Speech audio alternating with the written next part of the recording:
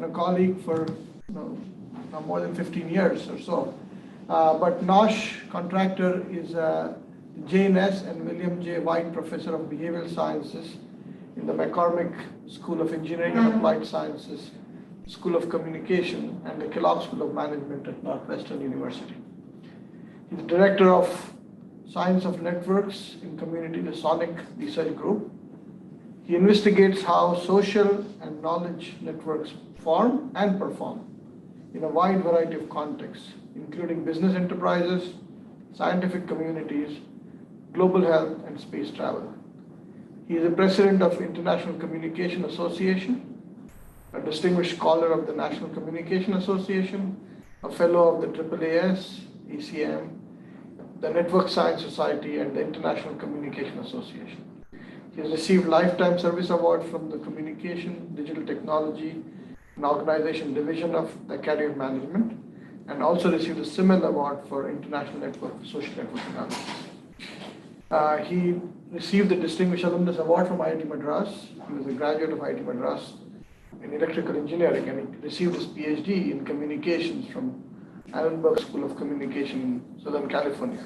I have been personally influenced deeply by Noshir's book with Peter Wonji on social networks, something that I constantly refer to in many of my talks, proposals, and papers. So thank you, Nosh, for agreeing to join us today, and the stage is yours. Thank you so much, Madhav. One of the things that connects us, in addition to the fact that we've known each other, is that we are both honored to be recipients of the IIT Madras Distinguished Alumnus Award, because we are both graduates from there, and we take great pride in recognizing at every opportunity our alma mater, so to speak. So, Madhav, always a pleasure to hear from you. And I must just make one quick correction, which is a good correction. I was the president of the International Communication Association until last week. So we had our annual conference in Toronto, and I was very happy to pass the gavel on to my successor. So now my official title is immediate past president of the International Communication Association. And I'm happy to pass the gavel on to someone else and have a little more time to have conversations like the one we're doing right now. So my talk is titled People Analytics, Using Digital Exhaust to Leverage Network Insights in the Algorithmically Infused Workplace. The idea of people analytics is a term that probably not many people in this audience are familiar with. Frankly, not many people in any audience were familiar until a relatively recent past. And the basic idea here is that a few years ago, Google, amongst others, decided that the word people analytics is a way to reinvent what was always referred to as HR. None of us get excited. Most of us don't get excited about the term HR. And this article captures that sentiment. It says the geeks arrive in HR. People analytics is here. The old-fashioned fuddy-duddy HR department is changing. The geeks have arrived. So it's basically taking HR and making it much more of an analytic field than it has been in the past. Not surprisingly, in this article, it says how Google is using people analytics to completely reinvent HR and what Google learned from its quest to build the perfect team. So this was an article that appeared in New York Times in 2016, and it laid out how Google spent 2 years studying 180 teams.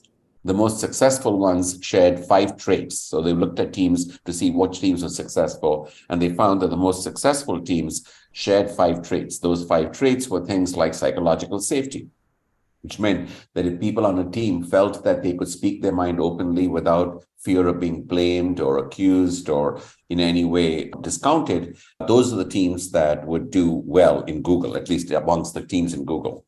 Other things, perhaps not entirely surprisingly, dependability of team members, whether the team members had clarity on structure and goals, whether they felt that the work was meaningful to them, and whether they believed that the work would have impact. Now, one of the things that comes up when you look at this list is to say, well, how come the skills of the team members was not a predictor of how successful they would be? And when Google researchers were asked that question by the press, they said, well, at Google, everyone is smart. So there's no variability in terms of who's good and who's not good. So that doesn't become a differentiating factor about successful teams. And then they added, well, maybe in other organizations where everyone is not super smart, that might also be a factor in terms of deciding which teams would be successful. So the same hype continued. This is an article in McKinsey called Power to the New People Analytics. Deloitte had another report came out around the same time saying people analytics recalculating the route. But this article from Deloitte, this report from Deloitte, I should say, also pointed out something a little troubling, and that is less than 9% of organizations believed that they had a good understanding of which talent dimensions drive performance in organizations. So basically, even though this was getting a lot of hype, people were not able to say, what is it exactly about people analytics that is really helping us gain new insights into the workplace? There was also a report that came out around the same time from Tata Consultancy Services. And in that report also, they just titled the HR analytics no longer just a buzzword. But again, what they found was that less than 5% of big data investments in companies are going to HR.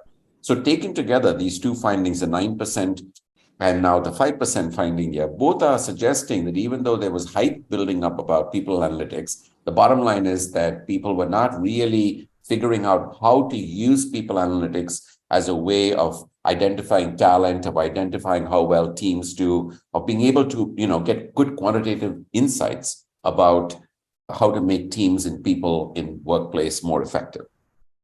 So in response to this sort of vacuum, my colleague, Paul Leonardi, who was my colleague here at Northwestern, now at Santa Barbara, Paul and I published this article in Harvard Business Review in the end of 2018 titled Better People Analytics. And the key was measure who they know, not just who they are, which, by the way, is basically saying, look at the networks that people are embedded in, not just who they are in terms of their individual attributes. Because as you recall, in the Google study, everything that they looked at there was the individual attributes of the people. That is, the psychological safety, their attitude, their meaningfulness. And what we were pushing here is to say, no, we should actually look at also what their networks are, because a lot of how people are going to be successful is based on the networks.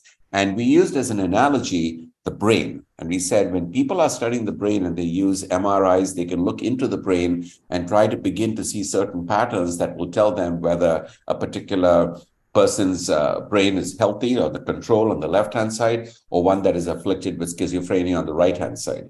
In the case of networks, rather than looking at a microscope, we suggest that if you look at a microscope in networks, you'll get a pixelated image like this. So what we really need for networks is not a microscope, but a macroscope that allows us to zoom out so that we can see certain patterns, just like we can in this Henri Matisse painting, that pointillist tradition painting. So as a result, what we said was that what we want to do is look at networks, but look for general structural signatures in the network.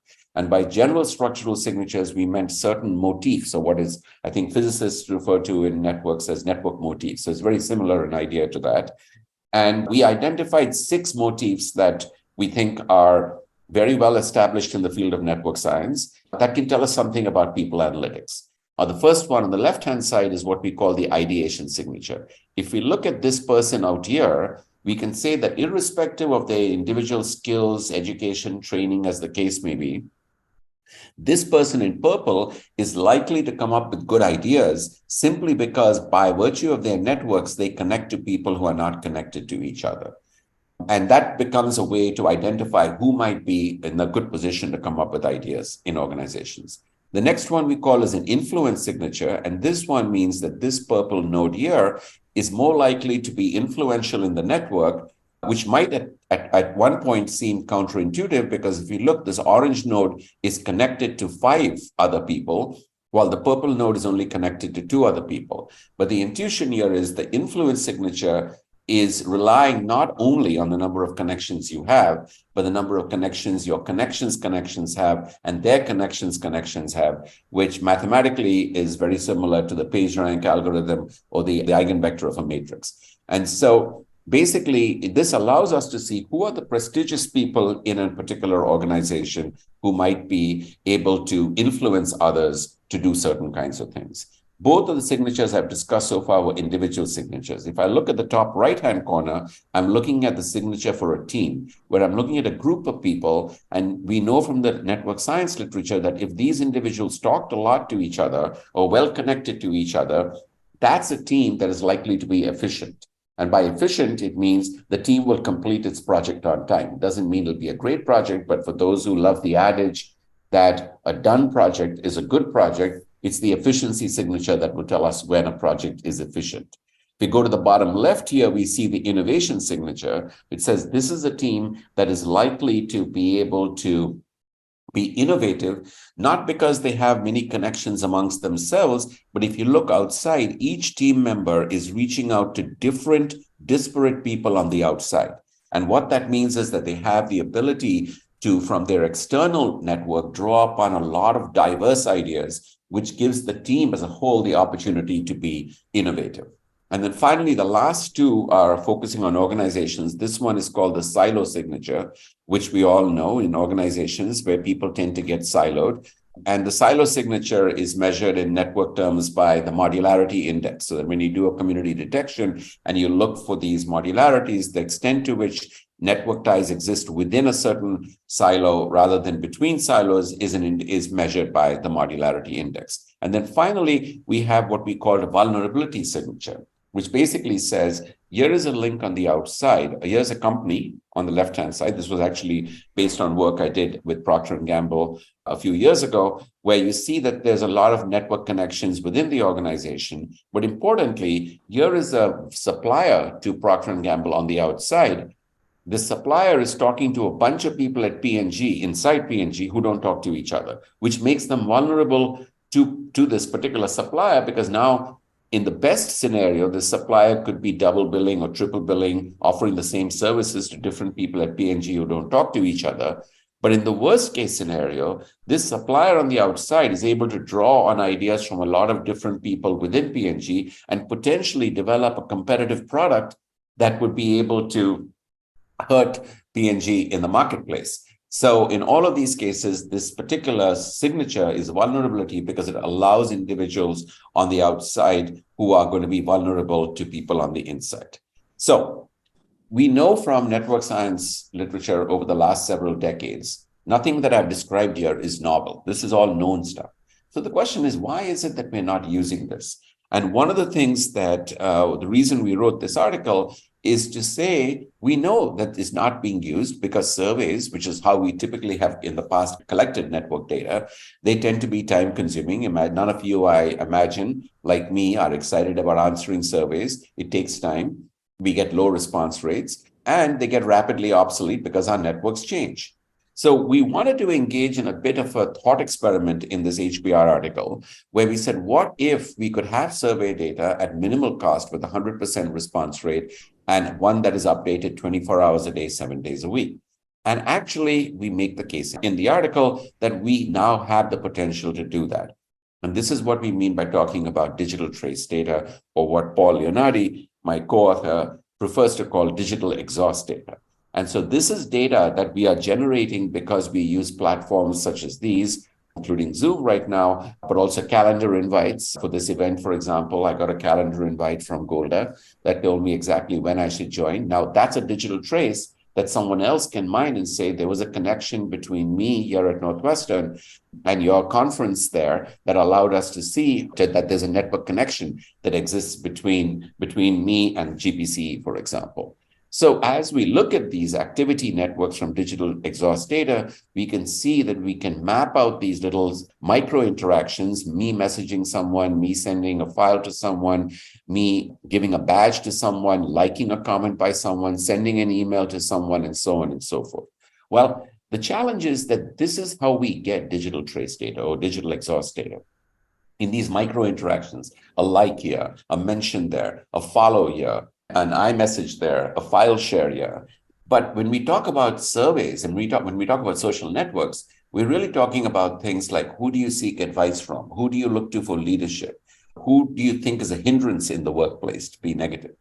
And so our goal then was, is there a way in which we can take these kinds of micro interactions, these mentions, likes, follows, and so on, and roll them up to aggregately predict what someone would say about the extent to which they look to another person for leadership or advice, but come up with that based on these micro interactions. So that led us to doing a project that started before the pandemic, and that is significant, where we did a collaboration with folks at Northwestern, UC Santa Barbara, and at Fudan University in China, in Shanghai. And our goal was, how could we predict what people would say on a survey just by looking at their digital trace data? And so in order to do this, we reached out to several companies in China and in the US.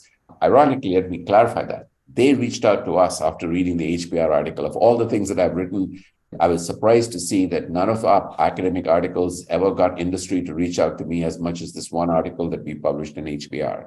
And so they reached out to us saying, how can we work with you in terms of being able to predict network survey data? So this is data from one of those companies. They had a platform that they call JoyWalk. It is very similar to Microsoft Teams or Slack. And what we did was we went to the company and we got from them digital trace data for about a month and a half in 2019. And then we also asked the same people in the company to answer a survey data so that we could then begin to see, is there a way in which we could take the digital trace data and predict what they would say on a survey?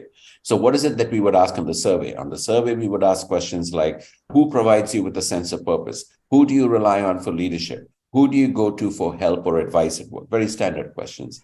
And then what we did was we used a set of techniques, a methodology that has been developed quite extensively now over the last decade and a half in social network analysis called exponential random graph models. And we use these models to predict the extent to which people's responses on the survey could be mined by looking at the digital trace data that we had. And so when we were trying to model these relationships, we began to get insights that look like this.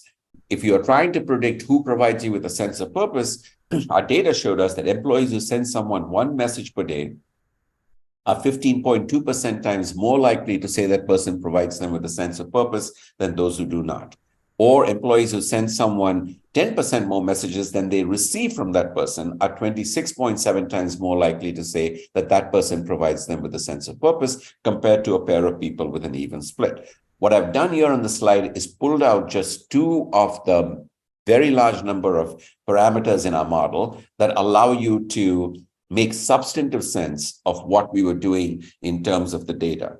If you want to look at the whole model, this is the entire model. It's not very different in terms of interpretation from a logistic regression, though it is not a logistic regression, because the data, network data by definition, violates assumptions that are of the data being independently and identically distributed, the old-fashioned IID. So we can't use logistic regression, but the logic is very similar. We look at log odds ratio, convert it into odds ratio, and we are able to build a model that allows us to actually do a pretty good job of predicting it. We did the same thing for granting leadership. We did the same thing for advice seeking. We were able to get these kinds of interpretations.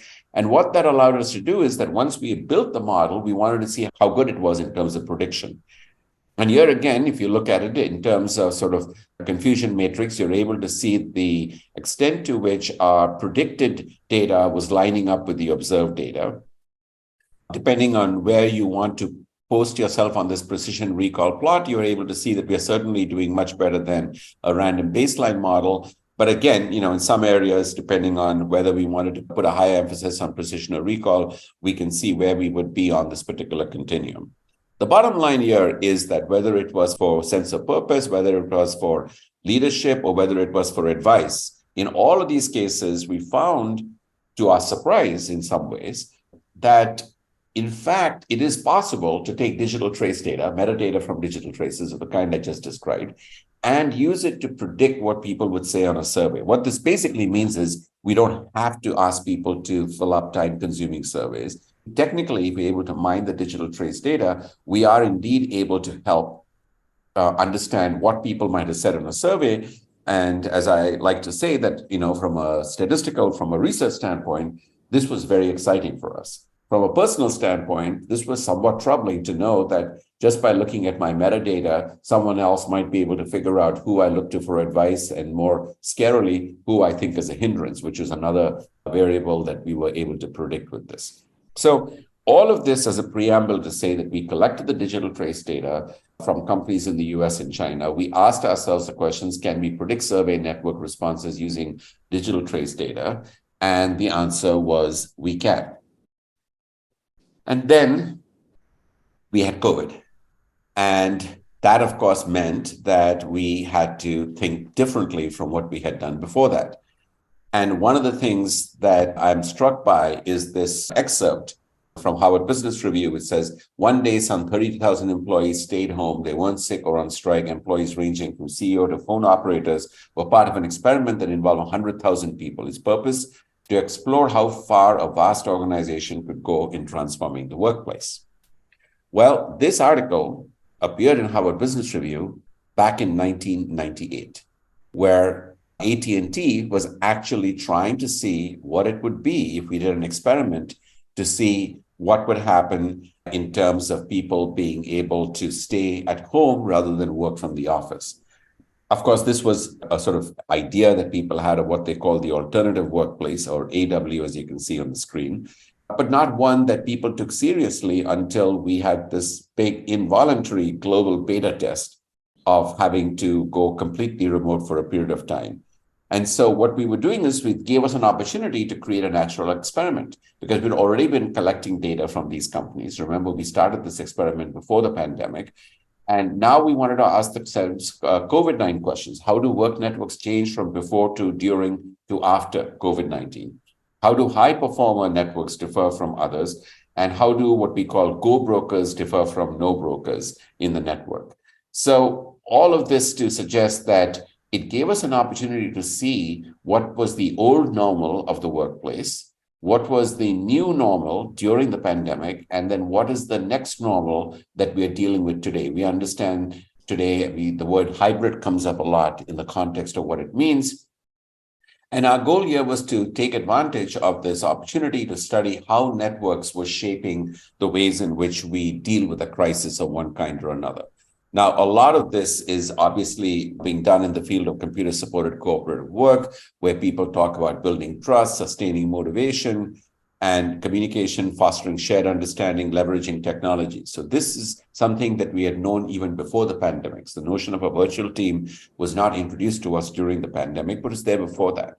But when we came into the 2020 worldwide experiment in virtual teaming, we also knew that that virtual teaming was being done in the span of a crisis. And so this is what I was defining earlier. The new normal links the impact of COVID-19 to how teams function in the workplace today. And if we say that we are now in the next normal, we say start looking ahead at what the lasting impacts they may be in a post-COVID world. So I'm going to give you some vignettes here of studies that we did in that particular context to talk about it. So one sample that we got data was a multinational industrial manufacturing company in China, where we collected data from 3 departments. This was a Western multinational company, I should clarify. 3 departments, 185 employees, 34 offices in 16 countries, and they had 18 teams within and across different cities in China.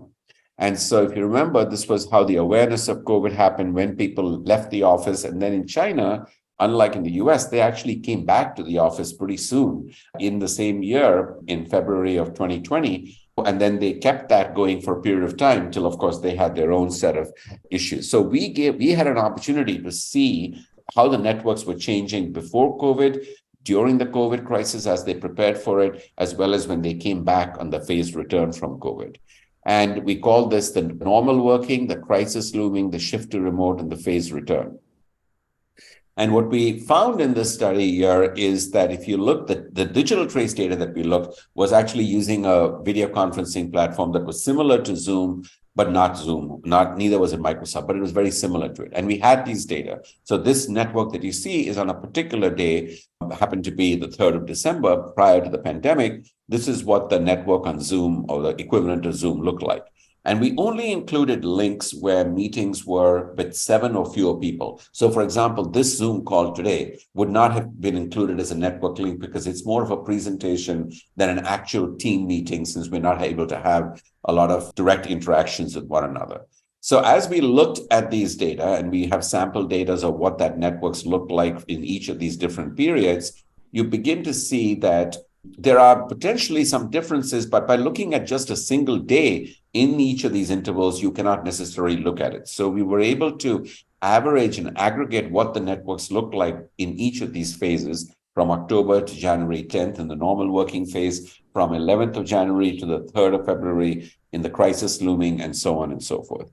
And what we basically did was we asked ourselves how many meetings and with how many people and for how long did people have in this context. we found that during the crisis, as the crisis began to loom, the size of the meetings began to go up. So you see that on average, the meetings before the pandemic involved 3.6 people. But as the crisis was looming, it went up to 4.3 people. And then, in fact, when people were in remote, the number of people on a call went to 6. So you began to have larger and larger meetings during the crisis. And interestingly, as the crisis began, as people began to come back to the office, that number went down. If you look at the number of meetings, that also represented an interesting situation. While the size of the meetings went up, the number of meetings actually went down initially and then went up again a little bit during the crisis, and it went up a lot after the crisis was over. So we've already talked about some of the size of the meetings, et cetera. Let me see if I can. And then we also looked at the duration of the meetings. And we found that once we went into the crisis, the average length of a meeting went up from 21 minutes to 25 minutes. During the crisis, it went up all the way to 30 minutes. And then after the crisis was over, those meetings began to dip down again in terms of the duration of the meetings. So basically, when we try to compare the old normal with the new normal, we say that when people were remote, not more frequent meetings, but the meetings were of longer duration and involved larger groups. If we then go to the next normal, we say that they had now had more meetings and they were still longer and larger. So we see some interesting issues here in terms of the change to the crisis and then recovering from the crisis. If we look at the number of ties, the dyads connected through the meetings, those things also went up a lot when people came back, which basically means that there was a great increase in the number of contacts during the shift to remote, and then that continued in phased return. So there were more dyads being connected through these meetings. And again, so in the old normal, there were 63 dyads that teamed up for a call. But during the next normal, that number rose to 98 dyads per day for teaming up. So there was more connections amongst them. Another area that we think was very interesting when it comes to how people responded to the pandemic was to look at the issue of boundary spanning. That is a term that is used for how do people change with whom they're collaborating? To what extent do they stay within their own team? You can consider the team as a boundary. And to what extent did they work with people in other teams? To what extent did they work with people in the same office location geographically? And to what extent did they look to collaborate or have connections with people outside their office? So here we found some things also quite interesting. The percentage of ties within the same office pre-crisis was about a third. And interestingly, that number went up dramatically during the crisis. What does this mean? It means that during the crisis, people were so-called circling the wagons, and they were having many more of their ties within the same office. So when you hit a crisis, you are more likely to dissolve ties outside the office and instead focus much more on ties within the same office. And you see that continued to some extent, that before the crisis, 1/3 of your meeting were with those working in the same office. But during and after the crisis, 2/3 of your meetings were with those in the same office. So that's one other finding. We also have an index called the EI index, which refers to the ratio of external communication to internal communication. So it's a very simple measure that goes from +1 to -1. If all of your connections are external and none are internal, you get a ratio, the EI index will be +1. If in fact all your connections were internal and none were external, then your EI index would be -1.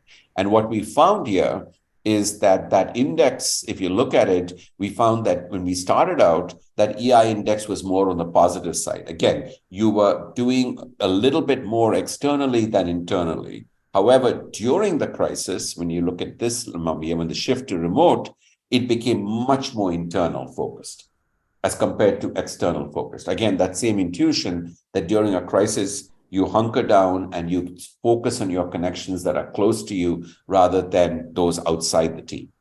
The crisis shift the focus inwards, and then again, as people returned to the workplace, it began to go outside again. So again, the moral here is that in the old normal, there was an external focus.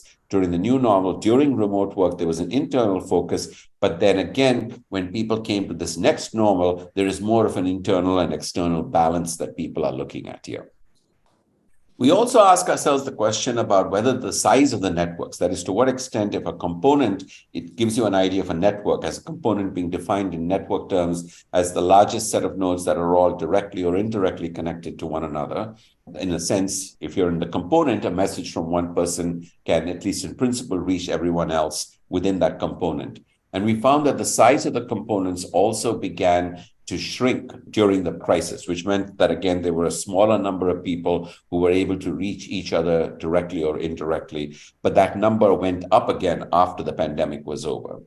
Another term that network scientists use is the notion of global clustering coefficient. That is, to what extent are open triads within a network closed? So what extent do people engage the ratio of sort of closed triads to open triads in a network? So that being a definition of global clustering coefficient, we see that that also went up. People began to close triads during the pandemic and then reopen them after the pandemic was over. So all of these, then we asking ourselves, how do people change with whom they're collaborating? So reliance on prior advice. Who do you go to for help or advice? So I should clarify. We asked people before the pandemic, who do you seek advice from?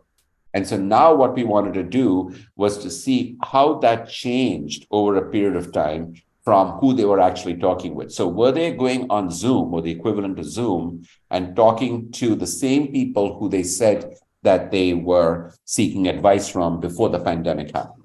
And so if you look at it before the pandemic, 46% of their interactions were with the same people who they said they were seeking advice from. That number went down as the crisis was looming, but that number stayed more or less the same, which is to say that people maintained ties with those who they were seeking advice from, even as they went into the crisis. Now, this is interesting because I'll end with some more recent data that technically has just been published yesterday. But at this point, we saw that going into the crisis, you didn't change the people who you were seeking advice from. With leadership, it was the same thing. In other words, initially, 11% of your network connections electronically were with people who you said you looked to for leadership. That number went up during the crisis to 14% and then dipped down a little bit to 13%. If we ask them just who they relied on for in-person interaction, again, we see that the number of people, 2/3 of those in online meetings were those you did not interact with in person initially. But now after the crisis, and when you came back, that changed where a lot more of the people that you were interacting with in person were also now people that you were interacting with online. So this really made it so that you began to have much more online interaction with the same people who you were doing offline interaction, which is an important distinction because in the past we were looking at online as reaching people who you could not reach in person, but now you were going online and also reaching the same people who you wanted to reach in person. So initially, 2/3 of those in online meetings were those you did not interact with in person. But by the end of it, you see that half of those you meet with online are also your in-person contacts. So this is, again, telling you the transitions between it. Next part that I'm going to talk about, and then we'll be wrapping up here pretty soon, is how do our networks churn during a crisis? What do I mean by churn? Churn means to what extent am I creating, maintaining, dissolving ties during a crisis and after a crisis. What I'm going to present here is work that was led by my student, Jasmine Wu, who is defending her dissertation next month and starting a postdoc at the Wharton School of Management at University of Pennsylvania. This research that I'm going to talk about here has been published in the Journal of Applied Psychology. And what she argues here is, to what extent do we churn our bonding ties and our bridging ties? What do we mean by bonding? Bonding ties are ties that are between people who are all connected to one another. So in a team, you often have bonding ties where multiple people in the team all talk to each other. Bridging ties, on the other hand, is where you have connections where you're bridging between one group and another group. So we began to see to what extent people were engaging in this network churn behavior. To what extent, during the course of this entire dynamic data that we had before the pandemic, during and after the pandemic, to what extent were people creating new ties? To what extent were people dissolving their ties? And to what extent were people reactivating ties that they previously had, but which they dissolved, and now they were reactivating it? So this is an area where most networks research focuses on static data and looks at ties that exist. But as you will see, we found that there are actually significant differences about the variability in which people create, dissolve, and reactivate ties. So that was the main purpose. And then as I was saying, do high and low performers leverage their internal and external networks differently in response to the crisis? So spoiler alert, the answer is yes, they do. That high performers are very different from the rest of us when it comes to how we churn our networks. So during the pandemic, obviously, as you began to look at it, there was increased difficulty, increased uncertainty. There was need for new skill acquisition, including learning new technologies. And it also began to create workers' fear and anxiety, as well as their ambient distraction, because people were working from home, WFH, or as others would say, living at work, LAW. And so our goal was, how do people then, what kind of strategies do they use? Do they create or reactivate bridging ties, or are they dissolving their bounding ties, or are they circling the wagons? Now, there is a well-established theory in psychology called the resource allocation perspective, which makes a very intuitively simple point. It says, we have only so much of bandwidth. And so the question is, we can only maintain so much of a network carrying capacity. All of this takes attention. So there are attentional resources that we have as individuals, and then there are attentional demands on those resources. So we have to strike a balance between what resources we have in terms of what we can give attention to, and then what are the activities in our environment that are demanding attention from us. And so we use that as a framework to see what are the increased attentional demands we have, hence what does it reduce our attentional resources. And then we recognize that if you create new ties, that's going to demand more attentional resources. On the other hand, if we dissolve certain ties, that's going to free up some of our attentional resources. And clearly, how well we are doing at our job gives us more flexibility in terms of shifting our attentional resources from one another. If we are not very good at our job, then we have to lean to a lot of people because we don't have a choice in the matter. But if we are pretty good at our job, then we have some more flexibility, some more autonomy in deciding where we want to put our attentional resources. So what we argued there is that high performers have mastered their jobs, which frees up spare attentional resources, and therefore they are better positioned in their networks, while low performers who need to devote a great share of resources just to getting the existing work done will have less discretionary effort to devote to networking behaviors. And so we hypothesized that during a crisis, job performance is positively related to inter-team tie creation, but not intra-team. So high performers who had more attentional resources will go create ties on the outside, even while the rest of us were circling the wagons. During a crisis, job performance is also positively related to the dissolution of intra-team. So rather than create more ties within our own team, during a crisis, we will balance out attentional resources by saying, I think I know what my team is doing. I don't need to rely so much on them. But instead, I'm going to go outside my team and create these inter-team tie creation. And to offset the resources, I will engage in intra-team dissolution.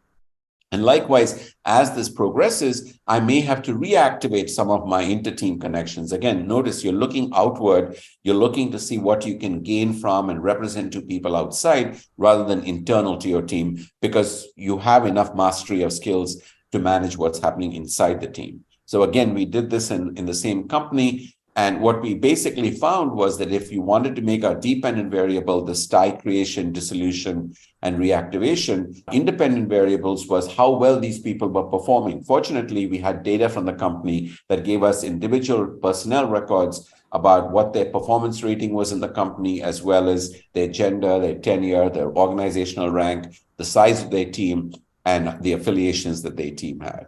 And again, this is just the same slides here, but we see that as you look at these different slides, we are beginning to see that when the pandemic hit, job performance was in fact positively related to inter-team tie creation, but not intra-team tie creation. What does this mean? It means high performers during a crisis spend more time connecting outside the team than within the team. And that when the pandemic hit, job performance is not related to inter-team tie dissolution or intra-team. So we don't dissolve ties inside the team, but we create new times outside the team.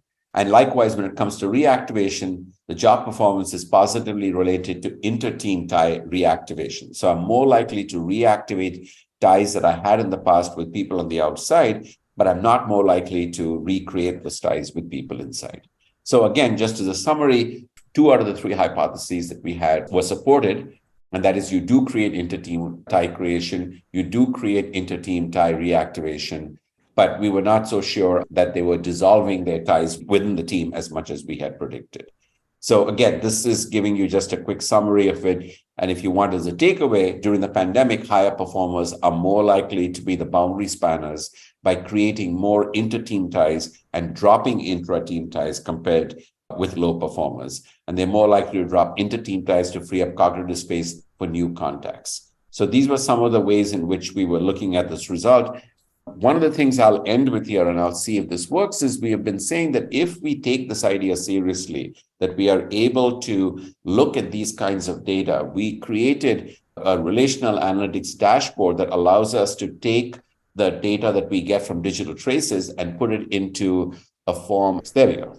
Okay. So this was an example of a prototype that we've created here at Northwestern. We call it the relational analytics dashboard. And if I were to log into it, this will take a minute, but what it is doing is it's actually creating networks on the fly from digital trace data that we have. And then what we did is we can go and look at any person. So again, this is a dashboard that the back end, it's getting data from digital traces. And if I want to look at Aaron Blitz, for example, I can see here is what his personal networks look like in the last 2 months. Here is what it would look like if I had to look at it over the last 3-month period. I'm going to take some time to load this, I think. Yeah, so this is what it looks like over the last 3 months. I could change it and say, what does it look like in the last month, for example. I can also look at his departmental network and see Aaron in the official org chart is a low person here in the coordinator. And notice he doesn't have much connections with people in his own team. Most of his connections that we saw were with people outside. But to go back to the people analytics idea we just started out with, I can go here and look at how likely he is to generate good ideas as compared to other people in his department. He's in the HR management department, and also how much, in this case, we see he's less likely to generate new ideas. We can also look at the network, and remember, we don't have to get survey data from him. We're just looking at his digital trace data, and we find that he's actually very likely to resign. Why? Because we know from network science that when somebody's network changes from being quite rich on the left-hand side to becoming rather sparse on the right-hand side, that normally people who are likely to resign, 90 days before their resignation, they start shrinking their networks in size. So we're able to get those kinds of things. And we can also look at generating buy-in. So this is the influence network that we can look. And then finally, we are also able to use this to see how we may want to put teams together. So for example, I can start with Aaron. I can start with a group of people and then say, I want to put these people into teams. So these are, I've just taken A, B, C, D. Let me see who I can get from D. Let's say I got Dan at Henson. I want to look at these people I want to put in a team, but I only need to choose 3 people. So who are the 3 people that I would put into the team? And then what can I learn about them in terms of how well they'll work together in terms of their internal cohesion, or how good they may be in terms of their external range, for example. So these are all different, and I can use at different scenarios where I can look at different people being put into teams. And in real time, I'm able to compare what would be the network effectiveness of a team that is working together in different contexts, et cetera. So I'm going to go ahead and end with one last slide here. And that is, people analytics, what I've described here is people analytics and the changing nature of work. What we've demonstrated is that we have moved from what I call network science fiction to network science in terms of our ability to take digital trace data and predict what people would say on networks.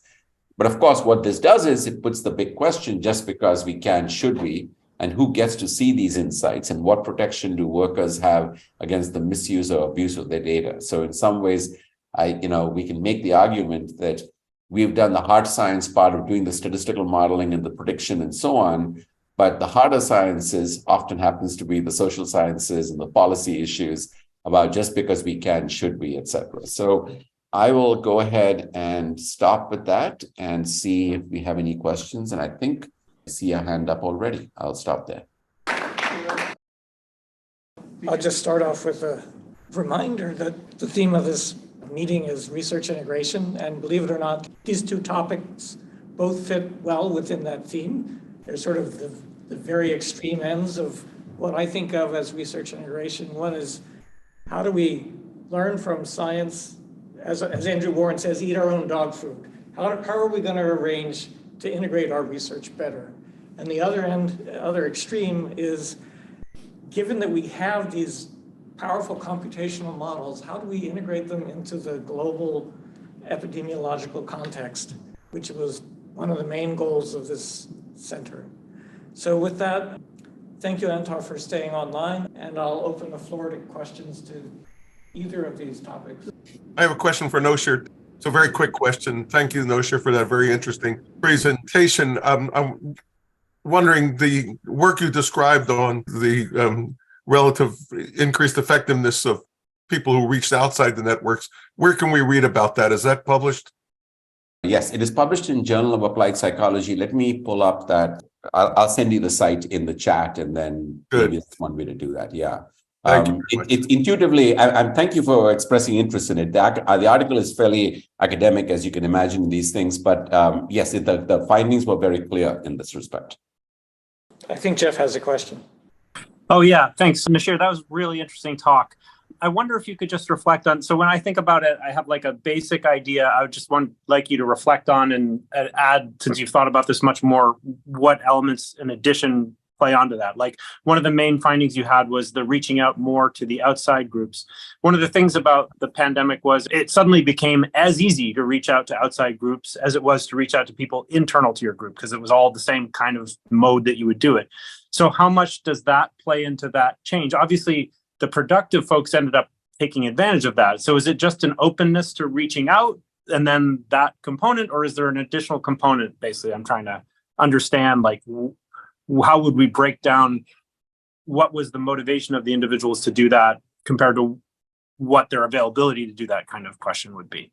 Yeah, that's a very good question, Jeff. And it is exactly why this research went in thinking that is the ability to do electronic communication with anyone, is it liberating or not? And your point is exactly right. And that is, there's nothing that stopped us in some ways from reaching out to anyone, anywhere, because the hurdles were reduced for everything. There was a leveling effect, right? You're not next door to someone's office. You can reach anyone. I think that what this shows us is twofold. One is that you're more likely, and this is an established fact in a lot of the previous literature on virtual teams before the pandemic.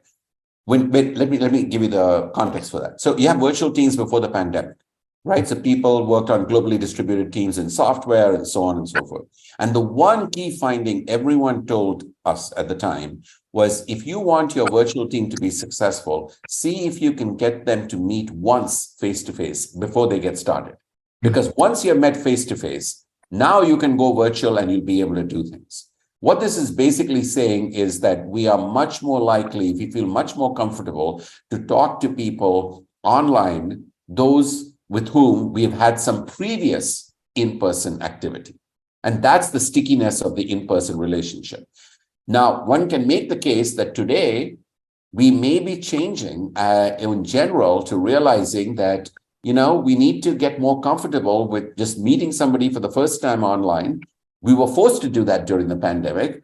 Many of us, I don't know about you, but I can tell you many people who I met for the first time online, when I finally, several months later, in some cases a year later, when I met them in person, I was like, oh my God, I had no idea you were this tall or this short, because we sit and look at each other's face on our screens. We don't know other parts of our body, leave alone anything else. I think we've become better now at being able to click online. But I think what we saw in the pandemic was perhaps a general tendency that we have known before the pandemic, and that is online interactions are much more comfortable and become much easier to us if we had previously had in-person interaction with them. Great, thanks. Then if I could ask a question of Antar. At one point, you showed a timeline and you were talking about developing models starting in the 2020s.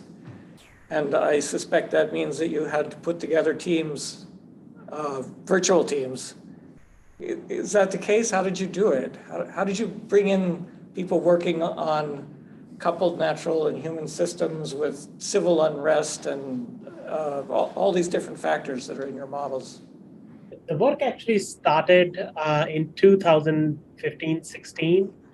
We went to WHO and then showcased our work, and then a few interested folks got in touch with us, and that's how we built that team. So there was a data set that we needed at that point. It was the displacement data sets, which UN OCHA provided that to us through their own mechanisms. But 2020s was the first time when we implemented the product. We started building back in like 15, 16. So you knew each other in person before? Yeah, we did. For us, we're still old school, so we still believe like that meeting in person is a little bit better. And the regions that we work in, they have very different social context of interaction. You have to sit down with them, explain, and all this kind of stuff. Zoom rarely works there, or like online system rarely works there. So that's what our experience has been. So we went and we met them. So maybe I'll ask one for Antar and one for Nosh. I have many more, but I won't hog the stage. So maybe my question for Antar is a very nice paper that's shared with Stephen and Kathy. And this is our colleague Carlson, who has started a center in George Washington or Georgetown. But there's a paper that they have talked about understanding the increased risks due to increased human animal interaction, actually in climate change, effectively speaking, temperature increases and chances of us interaction. One of the thoughts that I have based on your work is we could potentially build a global map with the kinds of populations that we have developed here and the satellite data that you have, and construct this risk map, because I think that would be very useful as we do the climate change based policy analysis. So that's for you. But question for Nosh is, Nosh, I think it's a really nice talk, and one question that you have already alluded to in the end is the notion of privacy. Do we want to do this or not? If you could shed some light, because we know that people are very uncomfortable sharing this for many reasons. But maybe one related question that could also be useful for COVID is, how have these interactions helped with the mental health issues? Because I think that has been a very big question, especially for children, and of course adults too, but more and more evidence that COVID had this, the long COVID part was the mental health issues of children. Can you shed some light on maybe such tools could be used to understand it? I don't know what to do it. So I'll let you folks, maybe Antar, you can go first, and then Nosh. Yes, I think that's an excellent point. When it comes to see how the changing climate is going to be impacting where and when pathogens are going to be. We do have some studies with us looking at Vibrio cholerae, but again, like we have never went global. So that's certainly something that we should think about. We don't have the computation power. Actually, we never needed that you guys have. So that would be something to talk about. So the reason that we collected these all Vibrio's data sets was that we wanted to understand whether their movement is random or it is dictated by some weather climate processes or like some anthropogenic processes. But we haven't gone very far with that one. So certainly that could be an exciting topic. Thanks, yeah. And we'll come back to it, I guess. Nosh is done. Yeah, go ahead, Nosh. So I think that to me, it's really interesting to see how you've been able to take these two talks and find commonalities and find different ways in which they complemented one another. And I definitely appreciate that, because I must confess that when I was first invited, I'm like, really? How do I fit into this? But thank you for helping me appreciate how you saw that these talks all fit together. So I appreciate that. The privacy issue is a huge issue. And in the HBR article that I mentioned, we had a box item talking about that. One thing I will say about that is, in general, one way to get people to feel more comfortable about this is to see if they get some value add for it directly.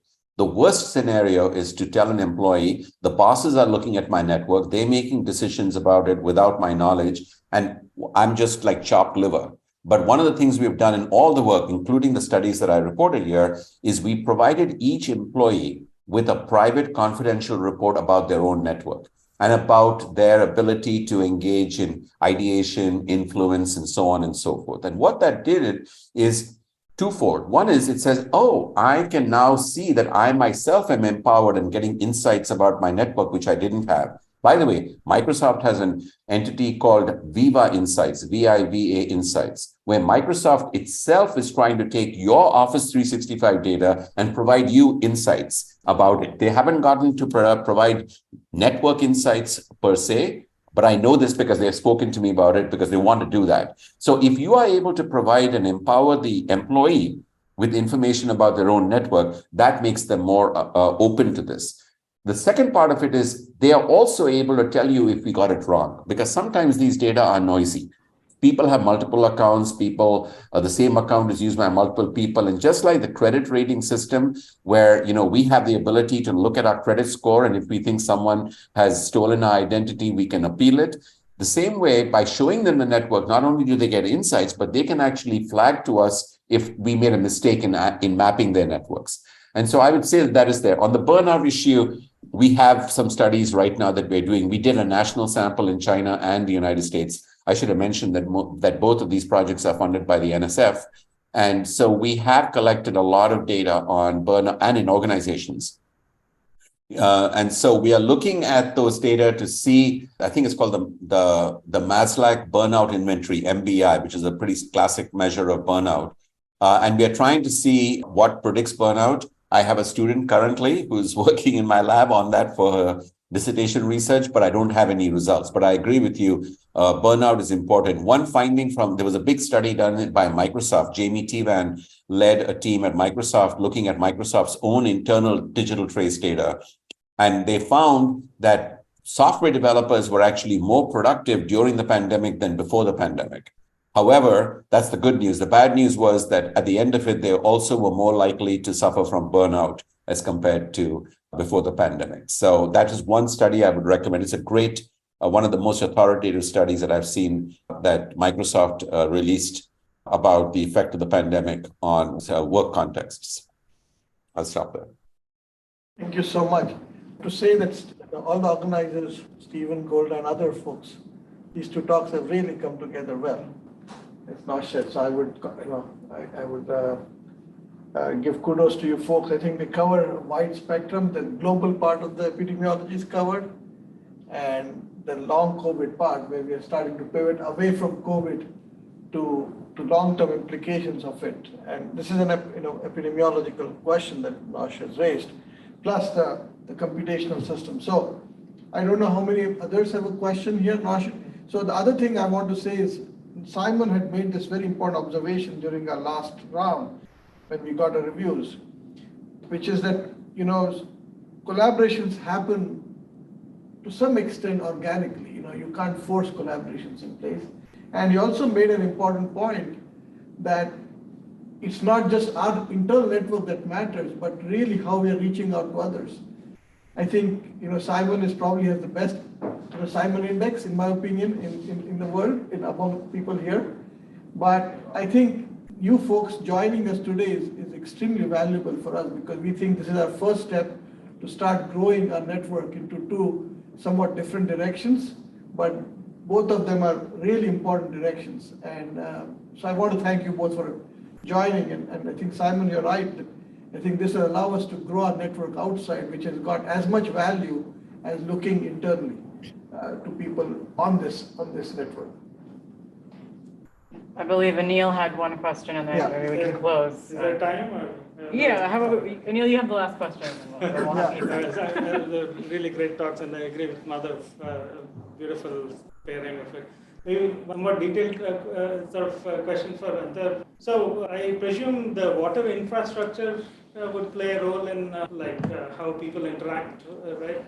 So do you have data on that in these regions, or do you take that into account? You're absolutely right. Like water infrastructure is critical, both like water storage, dissemination, consumptive use, and all those kinds of infrastructure. We have some data which is collected by UNICEF's joint monitoring program. It's not the best data. And if there is a way to use some algorithm to classify that data sets or can provide those data sets to us, we are more than happy to basically talk to them and then see like if that can be done. If there are other algorithms that can basically suggest that how that infrastructure is going to be available. It's one of the major restrictions to that success of our algorithms to go from 70% accuracy to higher. We have inbuilt algorithms for water bodies, which is pretty run-the-mill type of stuff for us, but not for the water infrastructure. We lack that thing. So if there is anything on the floor, if you guys have, or if your team has any insights, please do reach out to us. It's not only like the cholera that is important to us. It's the waterborne disease part that is important to us. We'll close the first session with that, but thank you to Antar and Nosh, both of our excellent speakers this morning. Thank you so much. Thanks, and we'll see Thank you everybody again, next time. Antar and Nosh. What a brilliant talk. Thank you so much. Thank you so much for having me. Thanks. Bye-bye. Bye.